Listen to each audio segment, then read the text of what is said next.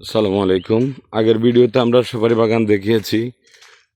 সেটা হচ্ছে সাফওয়ানদের নানু বাড়ির পুরনো নতুন বাগান। এগুলো হচ্ছে অবশ্য পুরনো গাছ, অনেক লম্বা, আপনারা দেখতে পাচ্ছেন। মাঝে মধ্যে কয়েকটা হয়তো বা লেপিং দিতে গিয়ে নতুন গাছ দেওয়া হয়েছে, কিন্তু আসলে এগুলো অনেক পুরনো গাছ। দেখতে পাচ্ছেন প্রায়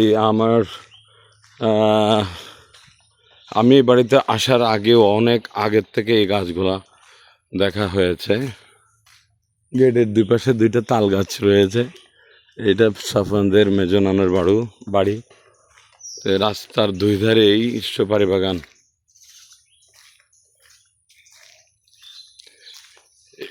এই বাগানটাও বেশি দেরি হয় না, এটা সর্বোচ্চ 4-5 বছর আগে সাফওয়ানের নানা লাগিয়েছেন।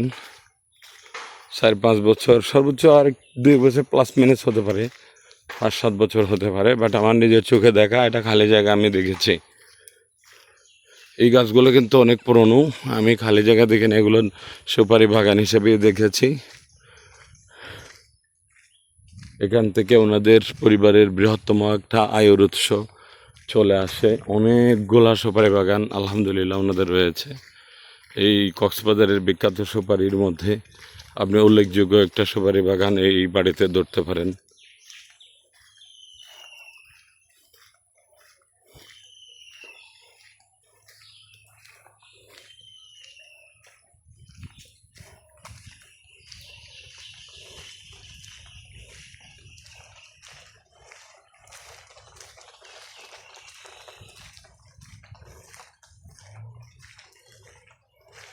এই গাছগুলো আবার দেখা যাচ্ছে অনেক নতুন, একেবারে 3-4 বছর আগে লাগানো হয়েছে।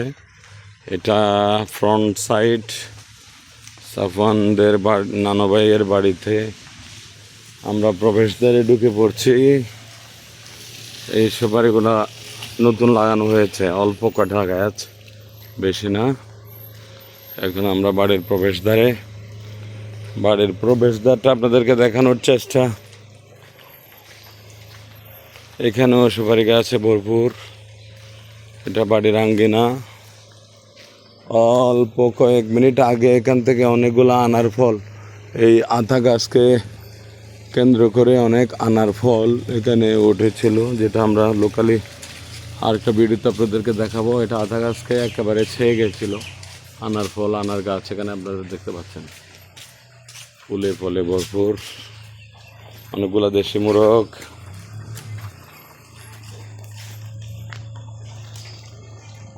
সাফওয়ান কই, তুমি কোথায় আসছো? কোথায় আসছে বলো, এটা কোথায়? এটা নানু বাসায় না, বলো নানু বাড়ি। ঠিক আছে।